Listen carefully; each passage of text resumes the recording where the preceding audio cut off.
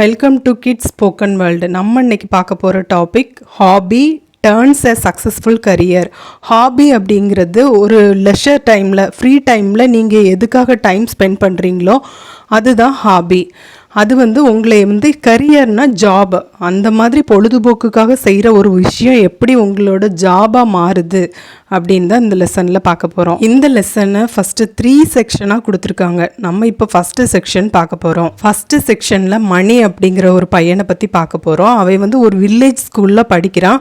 அவனுக்கு ரீட் பண்ணுறதோ ரைட் பண்ணுறதோ எழுத வாசிக்க ரொம்ப கஷ்டப்படுறான். அதனால அவனோட கிராண்ட் ஃபாதர் அவனுக்கு ஹெல்ப் பண்ணுறாங்க. எப்படி ஹெல்ப் பண்ணுறாங்கன்னா, நைட் டைமில் அவனுக்கு பெட் டைம் ஸ்டோரிஸ் நிறைய ரீட் பண்ணுறாங்க. ஒரு புக்கை வச்சு கதை நிறைய வாசிக்கிறாங்க. அதை இவன் கேட்க அவன் தானாகவே நல்லாவே வாசிக்க படிச்சிடுறான். இதை தாத்தா வாசிக்கிறத கேட்டு அவனுக்கு ரீடிங் ரொம்பவே ஈஸியாகிருது. அது மட்டும் இல்லை, ரீட் பண்ணுறது மட்டும் இல்லை, ஸ்டோரிலாம் தானாகவே ஓனாக எழுதவே ஸ்டார்ட் பண்ணிட்டானா. இந்த லெசனில் மணி எழுதின ஒரு எஸ்ஸையை நமக்கு லெசனாக கொடுத்துருக்குறாங்க. மணி எழுதின எஸ்ஸைன்னா என்னது, ஒரு கட்டுரையை கொடுத்துருக்காங்க. எதை பற்றி அவன் எஸ்ஸை எழுதியிருக்கான்னா, ஹாபீஸை பற்றி எழுதியிருக்கிறான். ஃபஸ்ட்டு ஹாபீஸ்னால் என்னன்னு எழுதியிருக்கிறான். ஹாபீஸ்னால் ஒரு ஆக்டிவிட்டீஸ், நம்ம ஃப்ரீ டைமில் நம்ம செய்கிற ஒரு ஆக்டிவிட்டீஸ் தான் ஹாபீஸ். ஒவ்வொருத்தருக்கும் ஒவ்வொரு விதமான ஹாபீஸ் இருக்கும். எல்லாருக்குமே ஒரு யூனிக்கான ஹாபீஸ் இருக்கும். யூனிக்னா தனித்தனியான ஹாபீஸ் இருக்கும். சில பேருக்கு கார்டனிங் பண்ணுறது பிடிக்கும். கார்டனிங்னா தோட்ட வேலைகள் ஃப்ரீ டைமில் செய்கிறது பிடிக்கும்.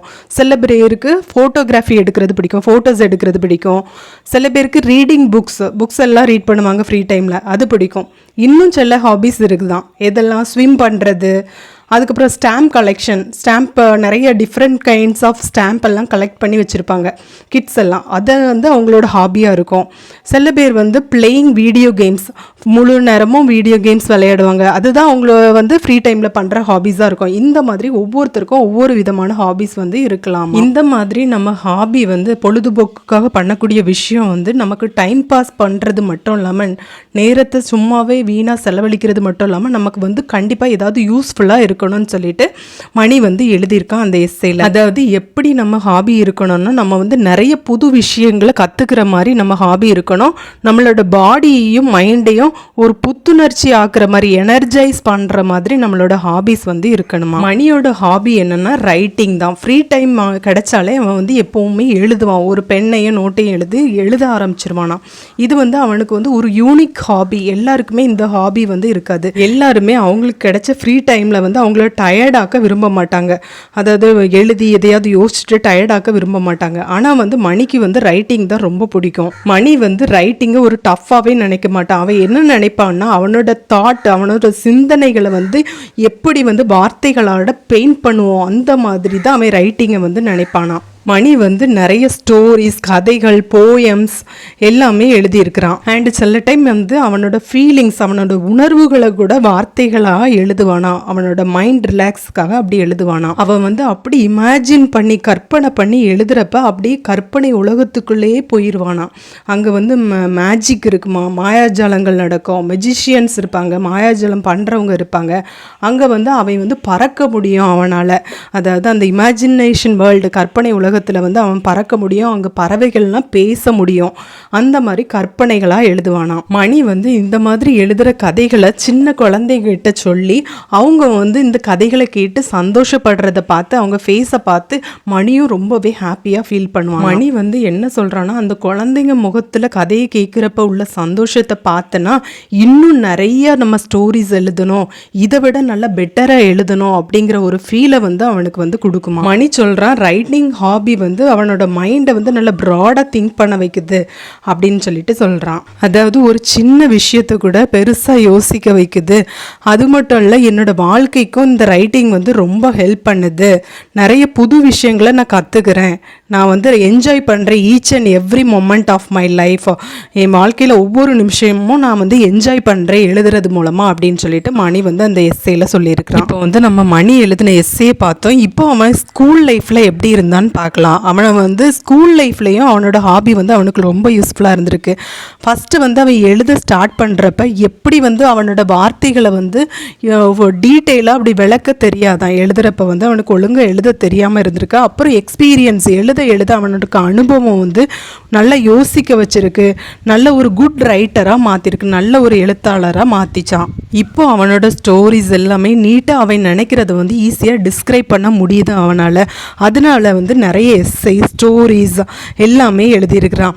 அது மட்டும் இல்லை, ஃபிக்ஷன் அண்ட் நான் ஃபிக்ஷன். ஃபிக்ஷன் அண்ட் நான் ஃபிக்ஷன் என்ன? ஃபிக்ஷன்னா கற்பனை கதைகள், இமேஜினரி ஸ்டோரிஸும் எழுதியிருக்கான்.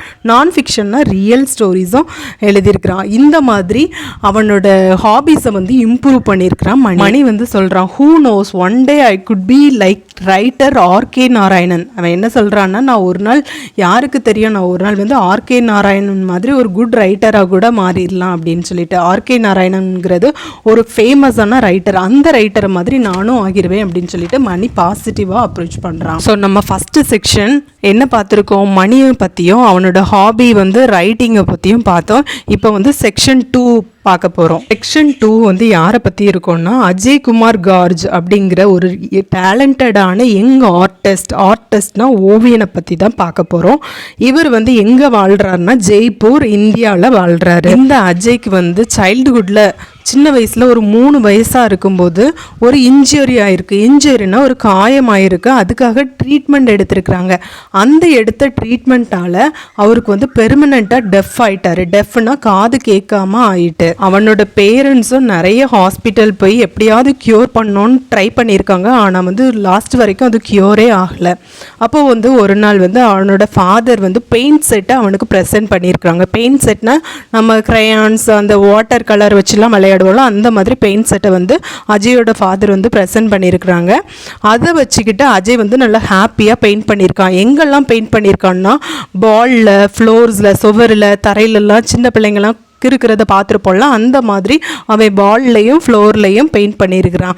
இதை பார்த்தோன்னா அஜயோட ஃபாதருக்கு வந்து புரிஞ்சுட்டு, அஜய்க்கு வந்து எதில் இன்ட்ரெஸ்ட்னா பெயிண்டிங்கில் வந்து இன்ட்ரெஸ்ட் இருக்குன்னு புரிஞ்சுக்கிட்டாங்க. அஜய்க்கு வந்து ஒரு 5 வயசாக இருக்கும்போது ஒரு court artist of Dholpur. Court ஆர்டிஸ்ட்னா யார்? ராயல் பீப்புளுக்கெல்லாம் பெயிண்ட் பண்ணி கொடுப்பாங்கல்ல, ஓவியம் வரைஞ்சி கொடுக்குற ஒரு ஆர்டிஸ்ட் வந்து ராஜஸ்தானில் உள்ள ஒரு ஆர்டிஸ்ட் வந்து ஸ்ரீ சுவாலால் அப்படிங்கிறவர்.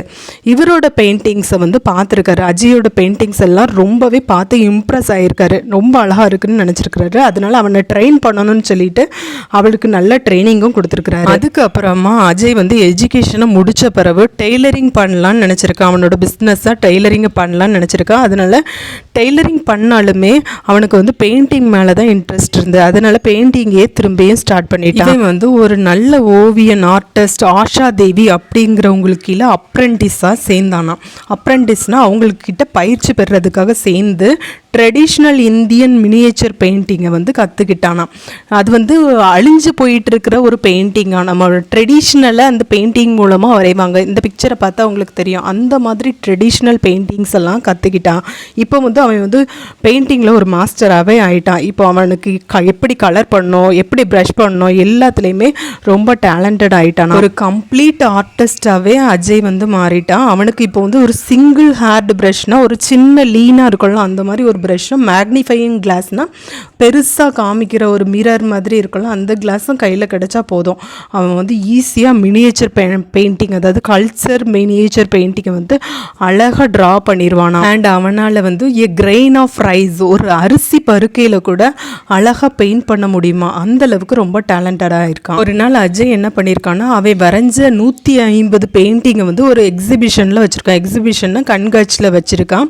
அப்போ அந்த 150 பெயிண்டிங்கில் 144 பெயிண்டிங் வந்து விற்று போயிடுச்சு, அதை சோல்ட் அவுட் ஆகிடுச்சு. அந்த அளவுக்கு எல்லாருக்குமே அவனோட பெயிண்டிங்ஸ் வந்து பிடிச்சிருக்கும். அதுக்கு அப்புறமா அஜய் வந்து அவனோட பெயிண்டிங்ஸை இந்தியாவில் மட்டும் இல்லை, யுனைடெட் ஸ்டேட்ஸ், UK அந்த மாதிரி எல்லா நாடுகள்லையுமே ஷோ பண்ண ஆரம்பிச்சிருக்கான்.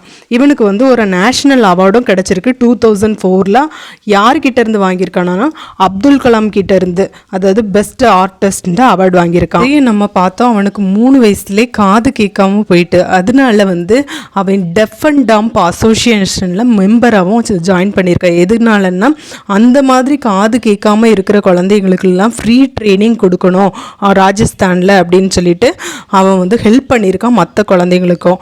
அண்ட் ஆர்ஃபனேஜ் குழந்தைங்க, அதாவது அனாதை குழந்தைங்க இருக்கும்ல, காந்தி நகரில் இருக்கிற, ராஜஸ்தானில் இருக்கிற குழந்தைங்களுக்கும் வந்து ஹெல்ப் பண்ணியிருக்கிறான். இப்போ இந்த அஜயோட மெயின் கோல், மெயின் எய்ம் என்னன்னா, இந்த அதாவது அழிஞ்சிக்கிட்டு இருக்கிற இந்தியன் கல்ச்சர் மினியேச்சர் பெயிண்டிங்கை வந்து அவன் வந்து வரையணும், அதை வந்து அழிய விடக்கூடாது. அதுதான் அவனோட மெயின் கோலாக இப்போ இருக்குதான். இந்த அஜயோட லைஃப் லெசன், அதாவது வாழ்க்கையிலேருந்து நம்ம என்ன லேர்ன் பண்ணிக்கலாம்னா, ஒரு ஹாபி வந்து எப்படி ஒரு குட் ஜாபாக மாறுதுன்ட்டு நம்ம வந்து அண்டர்ஸ்டாண்ட் பண்ணிக்கலாம். Hobby turns a successful career. எப்போ வந்து அது சக்ஸஸ்ஃபுல்லான கெரியராக மாறும், நம்ம வந்து அதை டெவலப் பண்ணுறப்ப, நம்மளோட ஹாபியை வந்து டெவலப் பண்ணிக்கணும், நம்மளோட ஸ்கில்லையும் டெவலப் பண்ணுறப்ப அது வந்து ஒரு சக்ஸஸ்ஃபுல்லான கரியராக மாறுங்கிறத வந்து அஜய் லெசன் மூலமாக நம்ம வந்து படிக்கிறோம். நம்ம வந்து லெசனில் 2 செக்ஷன் பார்த்துருக்கோம். செக்ஷன் 1 மணியை பற்றி பார்த்துருக்கோம்.